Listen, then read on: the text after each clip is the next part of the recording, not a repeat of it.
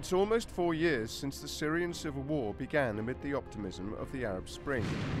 It's degenerated into a brutal conflict that has killed over 200,000 people and shattered the lives of millions more. It's also seen young Western Muslims traveling to Syria to fight, many joining competing groups such as ISIS and Jabhat al-Nusra, al-Qaeda's Syrian arm. For this exclusive People and Power report, Nagieb Khaja went to find out why they're there and the implications for global security.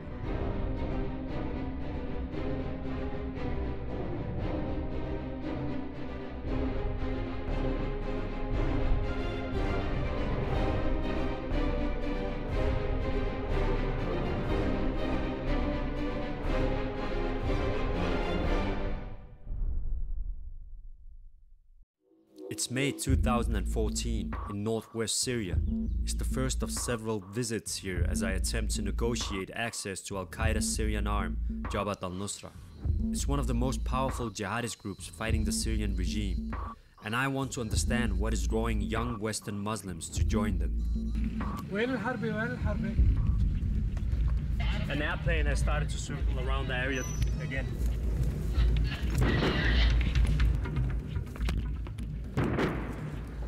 Nusra and its allies are carving out a new Islamic State here to rival ISIS' self-styled caliphate in the east. And it's under heavy attack from regime aircraft. Senior Nusra members are extremely cautious. They don't use phones or email. It takes 3 days just to pass on a message, and all I can do is wait. You can hear it. Airstrike. It's quite terrifying actually to live in this area. Eventually, in December, after several failed attempts and weeks of scrutiny from Nusra security people, I'm finally being taken to meet the Egyptian-Australian Nusra official, Abu Sulayman Muhajir. A former preacher in Sydney, he's been in Syria for at least 2 years and is on the most wanted list of Western intelligence agencies. It's actually the first time that a high-ranking member of Jabhat al-Nusra is going to talk to a Western journalist. I don't know the destination, the place where I'm going to meet him. I've just been told by one of the Nusra members that I'm driving with to blindfold myself, and they told me to do it because of the security situation.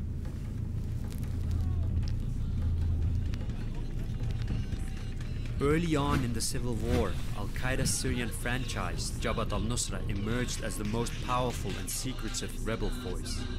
But then in mid-2013, in a very public conflict on the jihadi blogosphere, ISIS splintered from Nusra's ranks and mounted a bloody challenge for control of territory and ideology. Abu Sulayman was a mediator between the two groups as they attempted to reconcile, but afterwards sided with Nusra. I wanted to ask him what al-Nusra was doing in Syria and why they were now in competition with ISIS. Jabhat al-Nusra is the sole official representative of al-Qaeda in Syria. Our main efforts may be local, but they are part of a wider international Islamic movement. All Islamic movements around the world want an Islamic State, but the IS group have defined themselves as the exclusive bearers of Islam, delegitimizing the rest of the Muslim community and its efforts. Back in Europe, as I was trying to understand this, I sought the help of an expert on ISIS and al-Nusra. The main difference seems to be the way they treat others. ISIS just wanted to dominate and crushed any competitors. So in that sense, the ISIS model was very successful initially, but I think that Nusra will be the winner in the long run. On the one hand, it wants to be Islamist and it's worried that ISIS has stolen that franchise. On the other hand, they don't want to be brutal. They're trying to say, look, we are more with the people, we're more indigenous, we're willing to work with you, we're more flexible. But this is still al-Qaeda, and along with ISIS, the US is targeting them with drone and airstrikes. Last September, America targeted an al-Nusra unit codenamed the Khorasan Group that the White House said was dedicated specifically to planning and launching terrorist attacks in the West. This is not a new war. We all knew the attack was coming and their final justification to invade was arbitrary. They claim that they are only targeting a group who have been tasked specifically with attacking the West. Look, there's a clear disparity between what they say they do and what they actually do on the ground. They said they formed the coalition to attack the IS group. Then they went about targeting any group they suspect will not fall in line with US foreign policy, and then serve them in the region and serve their interests. Who did they target then? Look, Nagieb, I'm not going to get into who they did and who they didn't target. That would be breaching security. I'll say this much. They hit Islamic groups from all over Syria, from the borders of Iraq to the borders of Turkey. I went to investigate the site of the first strikes for myself. This is the boring areas of Syria, man. What is it? The boring areas of Syria. Why is this place boring? It's not green enough. If there was no jihadi, I don't think I would ever come here. I'm sitting here with Amr Degais, who's a British foreign fighter and a part of Jabhat al-Nusra. And we are on our way to where his friend Khalil Kamara was killed by an American attack.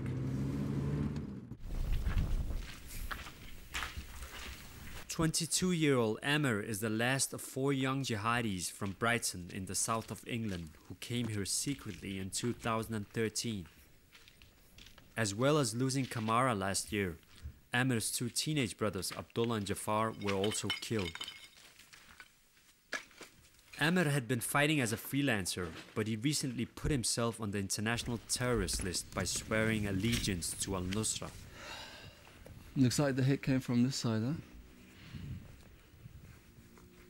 Yeah. In the front. Oh, that's Khalil's. That's definitely Khalil's. I remember that. How long have you and Khalil been friends? Since 2009. That's about... So you were friends from back then, from Brighton? Yeah. They say that they targeted people here in Syria because there were an imminent threat of an attack on America. Well, for sure, this place wasn't.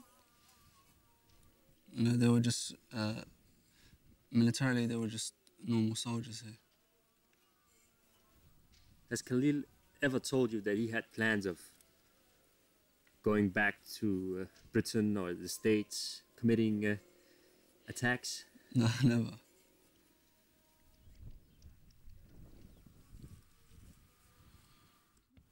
It just makes things clear who their real enemy is. Amr takes me to another bombed-out building 5 minutes down the road, where the leadership of the so-called Khorasan group is alleged to have plotted attacks against the West. This is the place where the al-Qaeda veteran Abu Yusuf al-Turki, a renowned sharpshooter, he was killed together with other members of Jabhat al-Nusra. There is a lot of confusion around who this Khorasan group actually is, or if it even existed at all. But what we do know is that many of those who died were part of a sniper unit that called itself the Wolves, a unit led by al-Turki. We bombed them on the first day when we bombed ISIS to lay down a marker, and I think that Obama did it for a number of reasons. First, perhaps they were legitimately frightened of it, but secondly, they wanted to let the world know that they're not just bombing ISIS, who had chopped off American heads in Iraq, but they're rolling this into the larger fight against al-Qaeda, terrorism, and the defense, self-defense. So it had a big banner saying, "We're defending the homeland." Whatever the truth about the Khorasan group, it's young men like Amr who Western intelligence services fear the most. Abu Sulayman makes the threat clear. Their choice is simple. Leave our lands, stop interfering in our affairs, or face a perpetual war. They rob our resources, they back tyrants, they force regime change, and they economically enslave our nations. I mean, why do they see me as a threat? Is it because they have guilty conscience? Is it because what they have done to the Muslims? It's almost like they're indicating that we should be a threat to them. Today, Syria is the world's #1 haven for international Islamists. But behind the sensational headlines, the civilian population has been forgotten. Millions of Syrians still face bombs, starvation and a freezing winter. And vicious mafias have filled the vacuum where the regime once held power. Now you're going to struggle to walk now, it's really thick mud. Aid worker Tawqir Sharif shows me around a refugee camp that has just been devastated by a flash flood. As you can see, these are the people that are the worst hit. Look how thick the mud is. Can you see how thick the mud is? And most of these houses, most of the tents, I think they've already moved them. But you can see, look, that guy's tent over there is completely flooded.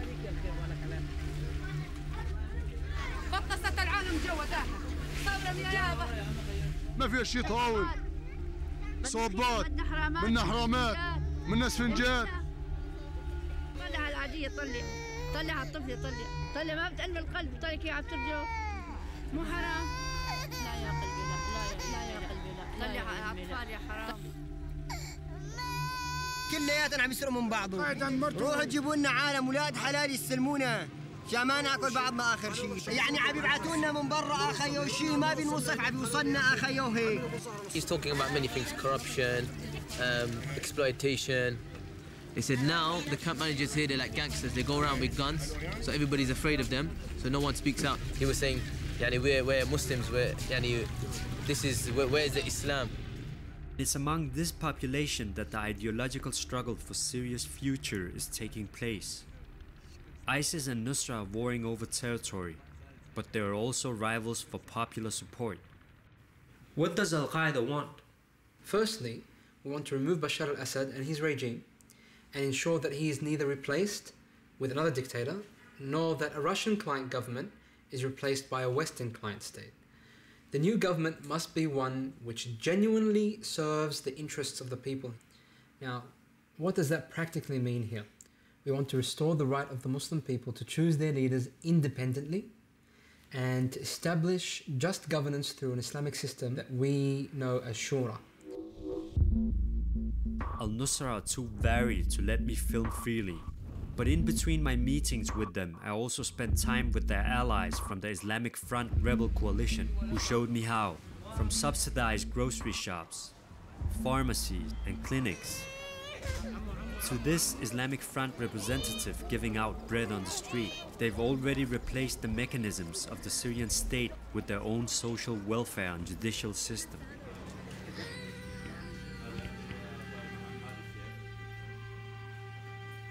At this Islamic Front hospital in Idlib, the victims of a barrel bombing had just arrived. 60 people was injured in this attack and about 15 one was killed. My people are killed by Bashar al-Assad and his regime because they called Bashar al-Assad just one thing, leave, we want to leave. Just leave, we want to leave. And no one answer us. And I filmed a couple of cases at an Islamic Front Sharia court.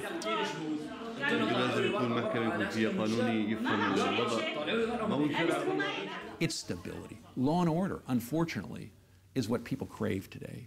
And this more brutal kind of Islamist party that can assert its authority over all the other militias is popular because people just want to know who's boss and how to get things done and have some normalcy in their lives. I asked Abu Sulayman about human rights under Sharia.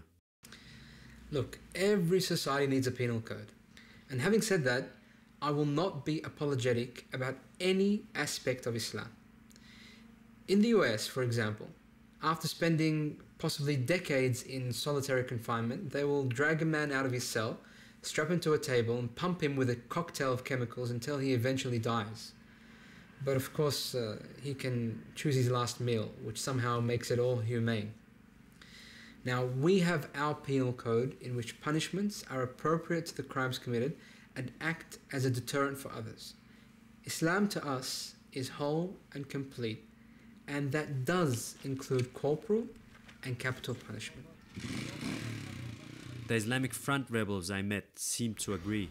What about people who are not religious? in Syria. نحن جربنا ذلك في السابق. No. ولا نريد محاولة أن نعيش علمانية أخرى. نريد الإسلام. We want Islam. You think that as the Assad rule represents secular law? Yes. Alemani law. كيابو غيس. والله غير. على راسي. حربي. Circle. Yes. My Okay. village. The airplane is circling around this village. Yes.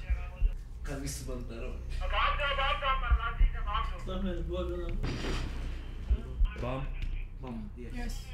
We heard a big blast, a bomb, and they estimated that it was approximately 8 kilometers from here. Two bombs. It was a new blast. Around of my village. Yes. 4 kilo. Kind of scary. It gets closer all the time, you know.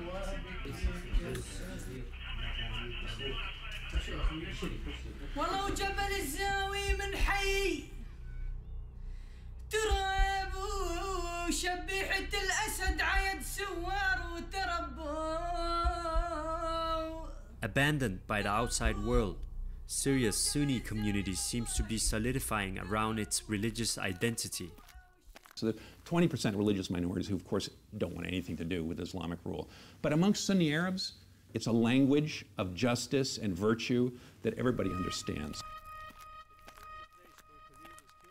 Back in Syria, I was still trying to understand the ideology that draws young men from abroad to risk everything in this conflict.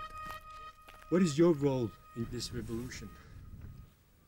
To fight in the path of Allah, to remove the Bashar regime and to protect the Muslims.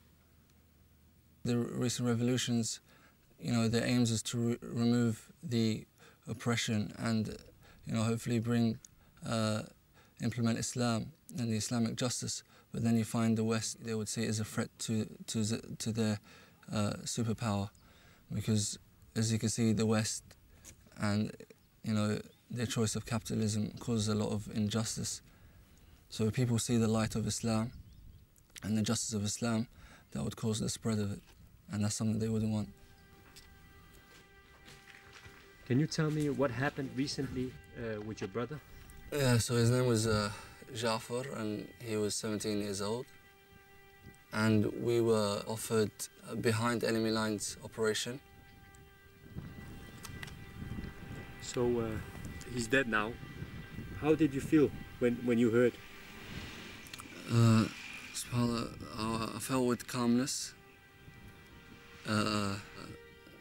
My legs shook a little bit, but then, you know, the first thoughts I had was, inshallah, Allah accepts him as the best of martyrs. No. He was really young. Do you think he was mature enough to understand what he was going into? He was young in age, but not in wisdom, nor in maturity. You've lost 2 brothers now. The first feeling that comes is that I'm happy for them, you know, that they were killed in the path of Allah.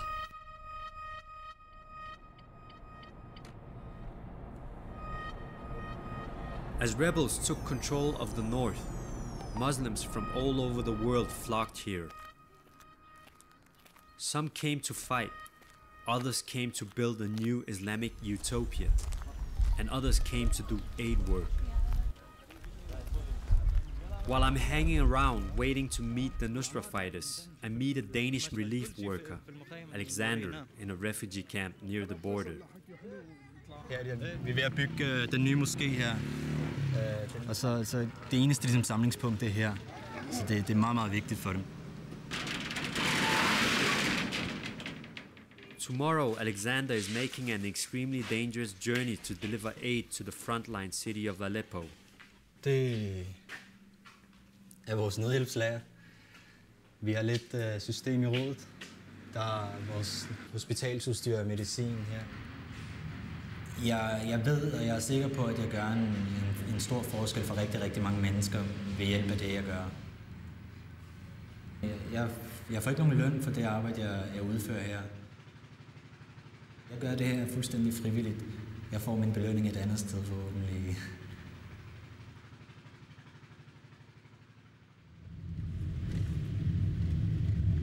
I'm traveling with Alexander into Aleppo today because a British jihadi who's fighting here has agreed to talk to me.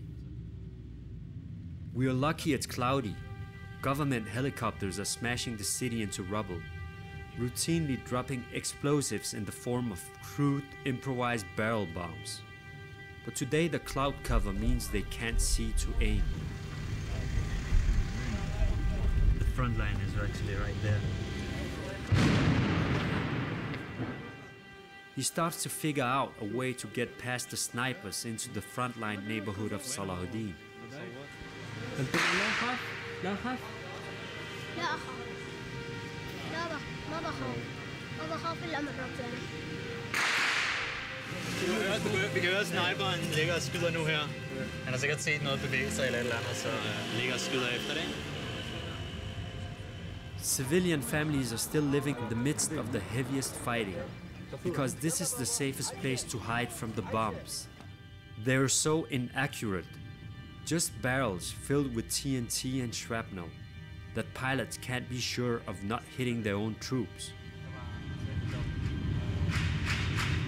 عجل شوي عجل بس هون شوي.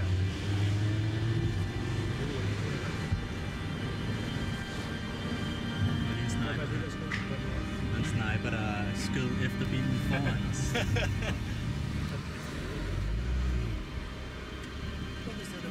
Those still left here are mostly too poor or too sick to flee. And it's impossible to describe how terrifying life is here underneath the bombs.